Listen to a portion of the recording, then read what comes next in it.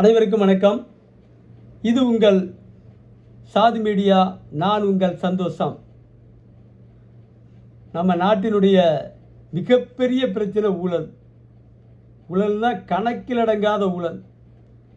அந்த ஊழலை ஒழிக்க என்ன செய்யலாம்? ஒரு மிகப்பெரிய திட்டத்தை தான் இதில் அறிவிக்கிறேன். ஊழலை ஒழிக்கணும்னா முதல்ல ஊழல்னா என்ன, ஊழல் யார் யார் பண்ணுறாங்கன்னு தெரிஞ்சுக்கணும்.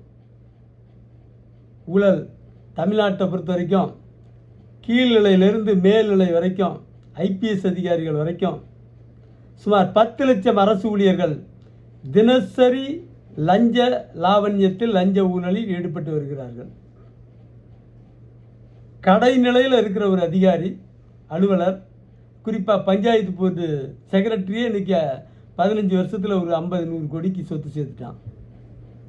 டிஓ ரேஞ்சி 200 கோடி ரூபாய்க்கு சொத்து குமிக்க முடியுது. அதுங்க நகர்ப்புறங்களை மாநகரங்களை ஒட்டிய விவோக்கள் 1000 கோடி வரைக்கும் சொத்து சேர்க்க முடியும். ஒரு ஆர்ஐ ரேஞ்ச் 500 கோடிக்கு மேலே சொத்து சேர்க்க முடியும். ஒரு தாசில்தார் 2000 கோடிக்கு மேலே சொத்து சேர்க்க முடியும். அதுக்கான ஆதாரங்களை நான் ஏற்கனவே கொடுத்துருக்கேன் தொடர்ச்சியாக. பெங்களூரில் ஒரு தாசில்தார் வருமானத்திற்கு அதிகமாக 1000 கோடிக்கு மேல் சொத்து வைத்திருந்தார். அது பிடிப்பட்டது மட்டும் தங்க வைடூரியங்கள் சொத்துக்கள். அவருக்கு வயசு 42. இன்னும் ஒரு 18 வருஷம் வேலை பார்த்துருந்தா அவர் 2000-3000 கோடிக்கு சொத்து சேர்த்துருப்பார். அதுதான் தமிழ்நாட்டிலையும் அதே நிலை தான். இந்த பிடிஓ வட்டார வளர்ச்சி அலுவலர் ஒவ்வொருத்தரும் 1000 கோடிக்கு மேலே சொத்து குமிச்சிருக்கான்.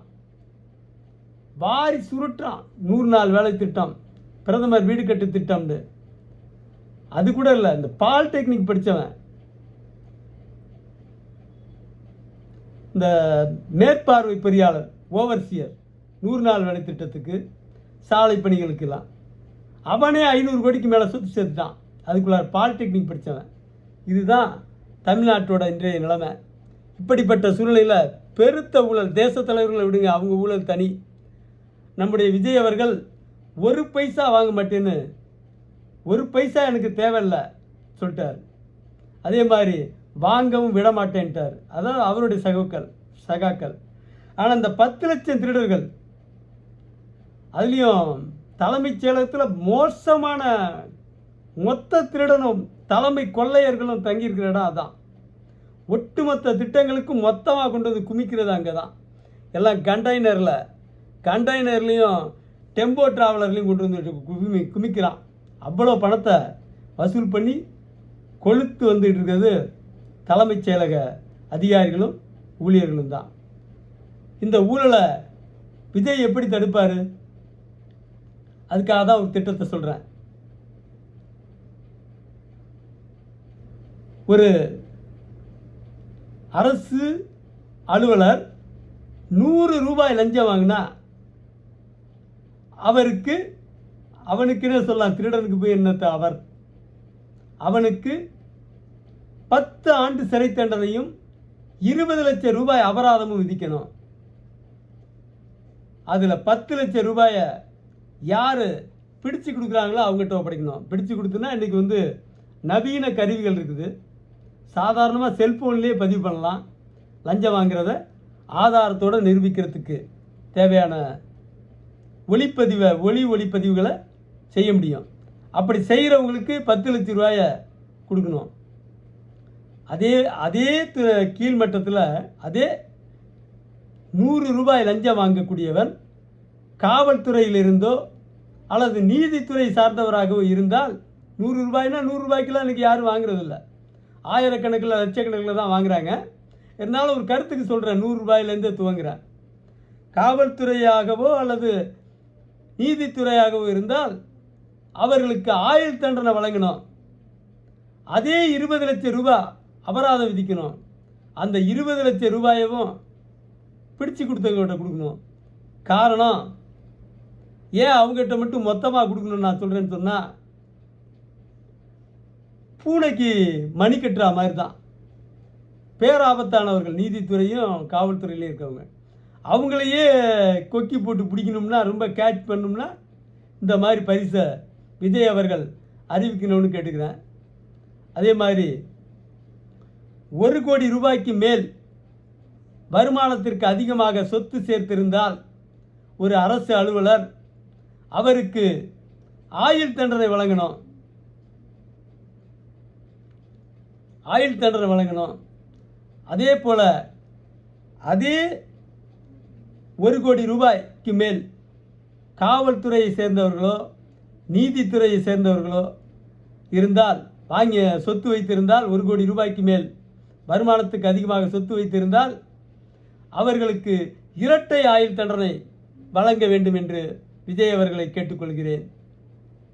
மூன்றாவதாக 10 கோடிக்கு மேல் அரசு அலுவலர் வருமானத்திற்கு அதிகமாக சொத்து சேர்த்திருந்தால் அவர்களுக்கு தூக்கு தண்டனை வழங்க வேண்டும். ஏனென்றால் 150 கோடி ஏழை எளிய சாமானிய மக்கள் வாழ்கிற இந்த நாட்டில் மக்களுக்கு சேர வேண்டிய பணத்தை சுரண்டுகிறவர்கள் தூக்கு தண்டனை கைதிகளாகத்தான் இருக்க வேண்டும். கஞ்சா விற்பனைக்கே தூக்கு தண்டனை பல நாடுகளில் உண்டு. இங்கே ஏழைகளின் பணத்தை சுரண்டுகிறவர்களுக்கு தூக்கு தண்டனை வழங்குவது தவறல்ல. சீனாவிலே 2 இராணுவ அதிகாரிகள், இராணுவ அமைச்சர்கள் லஞ்சம் பெற்றார்கள், ஊழல் செய்தார்கள் என்பதற்காக தூக்கிலிடப்பட்டுள்ளார்கள். அதே தண்டனையை இங்கே ஏழைகளுக்கு எதிராக செய்த இந்த களவாணிகளை அரசு அலுவலர்களுக்கு 10 கோடிக்கு மேல் அரசு பணத்தை களவாண்டு வருமானத்திற்கு அதிகமாக சொத்து சேர்த்திருப்பவர்களுக்கு தூக்கு தண்டனை வழங்க வேண்டும் என்று கேட்டுக்கொள்கிறேன்.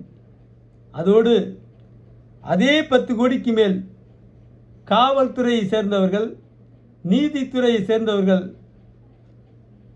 சொத்து சேர்த்திருந்தால் அவர்களுக்கு இரட்டை தூக்கு தண்டனை வழங்க வேண்டும் என்று விஜய் அவர்களை பணிவோடு கேட்டுக்கொள்கிறேன். அதற்குரிய சட்டத்தை இயற்ற வேண்டும் என்று விஜய் அவர்களுக்கு மீண்டும் மீண்டும் வலியுறுத்துகிறேன். இரட்டை தூக்கு தண்டனை என்றவுடன் 2 நாளாக பரபரப்பாக இருக்குது. நான் ஏற்கனவே தயார் பண்ணி வச்சிருந்த அந்த சப்ஜெக்ட் தான். ஆனால் அவங்க கொண்டு வந்து திடீர்னு அறிவித்ததுனால எனக்கே தூக்கி வாரி போடுச்சு. இரட்டை தூக்கு தண்டனை என்று விளாத்திக்குளம் மாணவி கற்பழிப்பு கொலைக்கு வழங்கியது வரவேற்கத்தக்கது. அதை நான் ஏற்கனவே இந்த காவல்துறையினருக்கும் நீதித்துறையினரும் 10 கோடிக்கு மேல் ஊழல் செய்தால், ஊழல் சொத்து சேர்த்திருந்தால் அவர்களுக்கு இரட்டை தூக்கு தண்டனை வழங்க வேண்டும் என்று தயாரித்து வைத்திருந்தேன். மனதுக்குள் எண்ணி வைத்திருந்தேன். எழுதி வைக்கிற பழக்கம் எல்லாம் எதுவும் இல்லை. அது அவர்கள் அறிவித்தது மகிழ்ச்சியான விஷயம்தான். அதுபோல் ஸ்டாலின் ஆட்சியில்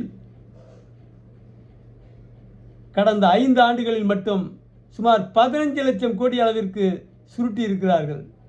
ஸ்டாலின் ஆட்சியில் அமைச்சர்களும் முதலமைச்சர் குடும்பமும் அமைச்சர் குடும்பங்களும் சுருட்டி இருக்கிறது. அப்படி சுருட்டிய ஸ்டாலின் அரசு செய்த இன்னொரு வேலை என்ன தெரியுமா?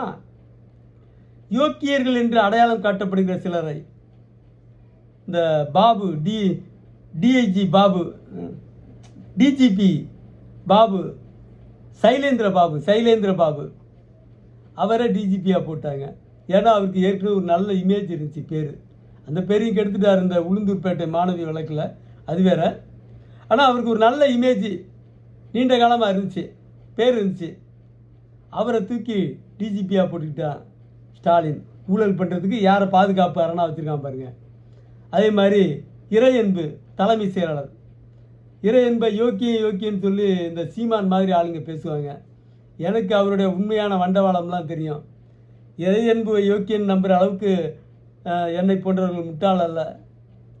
அந்த இறையன்புவை அப்படியே யோக்கியன் சிகாமணி என்கிற ஒரு அடைமொழியை கொடுத்து சும்மாவே பில்டப் செய்து இவர்கள் தங்களை யோக்கியன் மாதிரி அடையாளம் காட்ட, திருட்டு வெளியில் தெரியாமல் இருக்க செய்த சதி செயல்களை செய்தது ஸ்டாலின் அரசு. ஆனால் நீங்கள் உண்மையான யோக்கியர்களை உங்கள் அருகில் வைத்து கொள்ள வேண்டும்.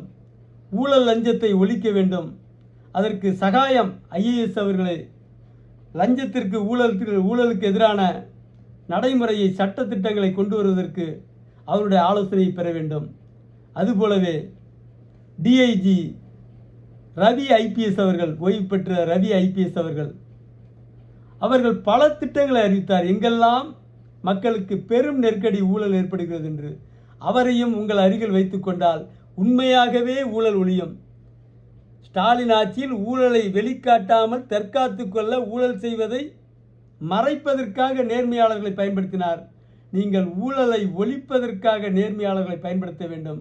சகாயம் ஐஏஎஸ் அவர்களையும் ரவி ஐபிஎஸ் அவர்களையும் உங்கள் அருகில் வைத்துக்கொண்டு ஊழலுக்கு எதிரான சட்டங்களை இயற்ற வேண்டும்.